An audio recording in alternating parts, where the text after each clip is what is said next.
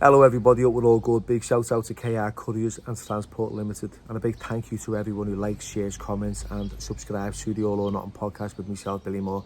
Now I want to talk about the very first relapse I ever had whilst in recovery, and it was in Thailand. I was about 2 years clean. I was acting out like there was no tomorrow.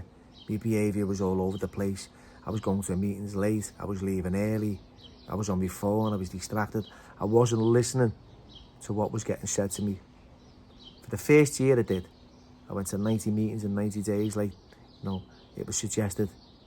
I sat at the front, I took the cotton wool out my ears and put it in my mouth.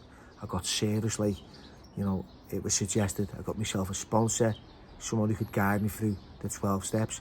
I started to pick up a pen and write about myself and see how, I operated. So I was doing all the right things. Then I was getting complacent. I took things for granted. Got myself a passport, went travelling to Thailand with a friend, and this is where it went all tits up, right? I met this girl who I fell madly in love with. She was gorgeous. The only problem was she couldn't speak a word of English, right? Through the week we were getting on well, holding hands, going about our business, having loads of fun. Then at the weekends, she'd just go on the mission list, right? The phone would go off, I couldn't get in touch with her. And I started to get paranoid. And every weekend this happened for the next 3 weeks. I thought something's going on here. When she come back from one weekend away, she said she was at her mum's in Bangkok. And that's why she turned the phone off, because she wanted to spend a bit of time with her family. I just didn't believe it. The bullshit radar was right on. So I sat down and said, look, you need to tell me the truth. Right, what's going on? Tell me what's happening, right? By the way, this was via the dictionary. I was going, tamai. What he caps, the bad deal about. She was like, in the end, she told me that she had a boyfriend who lived in Bangkok that she went to see. They call them geeks, fuck buddies. It broke my heart. I fell apart. So I had to get some understanding from her. Why did she feel a need to have someone else when I was here? So my self-esteem was on the floor, my confidence was gone, my self-worth was all over the gaff. So to me, my life was over. She broke down, we parted company. I couldn't contain myself with all the feelings. I was on a visa run. I went to Burma to get my visa stamped. I was clean, by the way, just head was gone.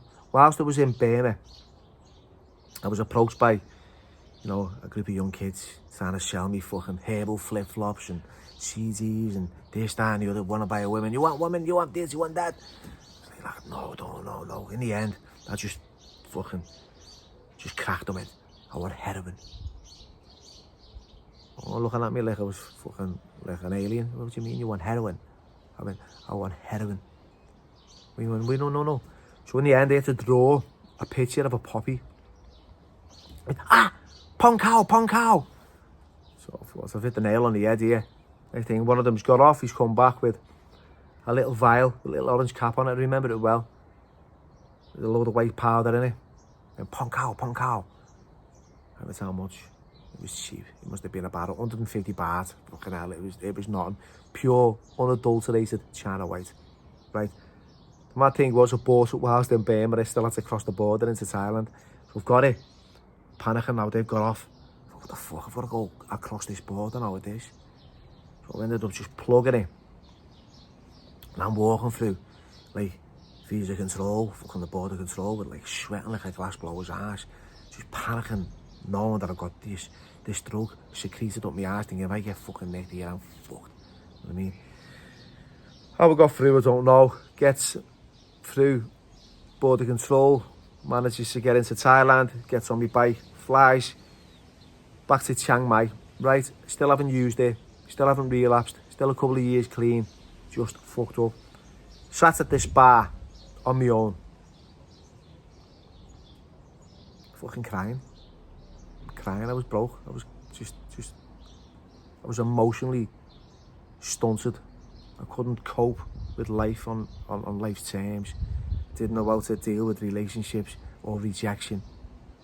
And the answer was to bury it under a narcotic stupor or a drink. And I looked at these bottles in this bar. I said, give us a double whiskey. And it was in front of me for about 15 minutes and I was staring at it. And every fibre in my body was screaming, just drink the fucking whiskey and all your problems will go away. And because I've had that little bit of recovery, and it was like a little battle within me, and I knew that that wasn't the answer and there's going to be a consequence, but the fuckets were kicking in and they're justifying it, and it'll be different this time. It won't be as bad. Just after one, but one's too many and 1,000's never enough. I just thought, fuck it. You know, I had this heroin in my pocket. Grabbed this drink.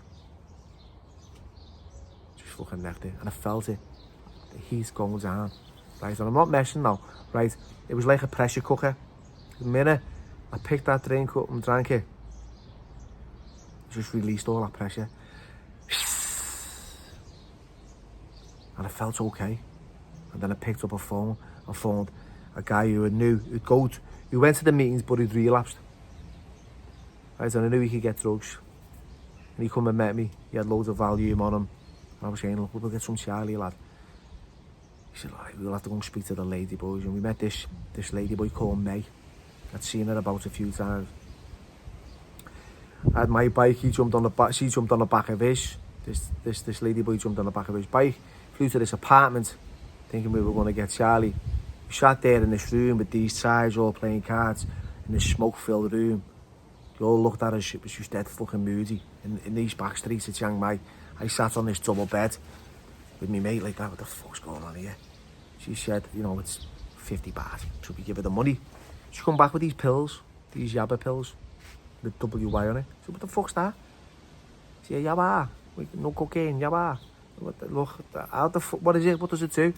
She's pulled this out, this foil, put it on, put a little flame under it, and I was like baffled because it just went into a little oil blob.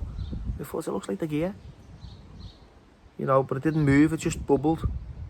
She had a little tube and she was inhaling this smoke, and then passed it to me to do the same. Fucking give us it here.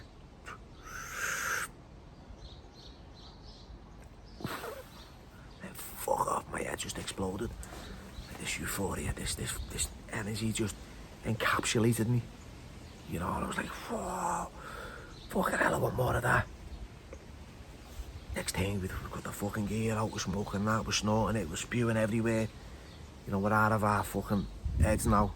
You know, and I just shit. My relapse was from that day, and I never stopped using until I got arrested. And even when I got arrested, I was still using when I was in prison. You know, so when I relapse, I don't just stick my foot in the pool and get wet. I go, oh, just have a little thing and that was it. I dive in, fucking head first, with a fucking anchor attached to my feet. And it sinks me to the fucking bottom. You know, and I'm sometimes, you know, I'm lucky to get out of it, which I have been. Others don't. You know, but yeah, my relapse was due to me not listening to what people were telling me. I was arrogant, complacent, procrastinated on a few things. And they say procrastination is the thief of time, and complacency is the thief of clean time. So yeah, I don't know if that makes any sense to anyone, but thanks for listening anyway. Appreciate it. Take care.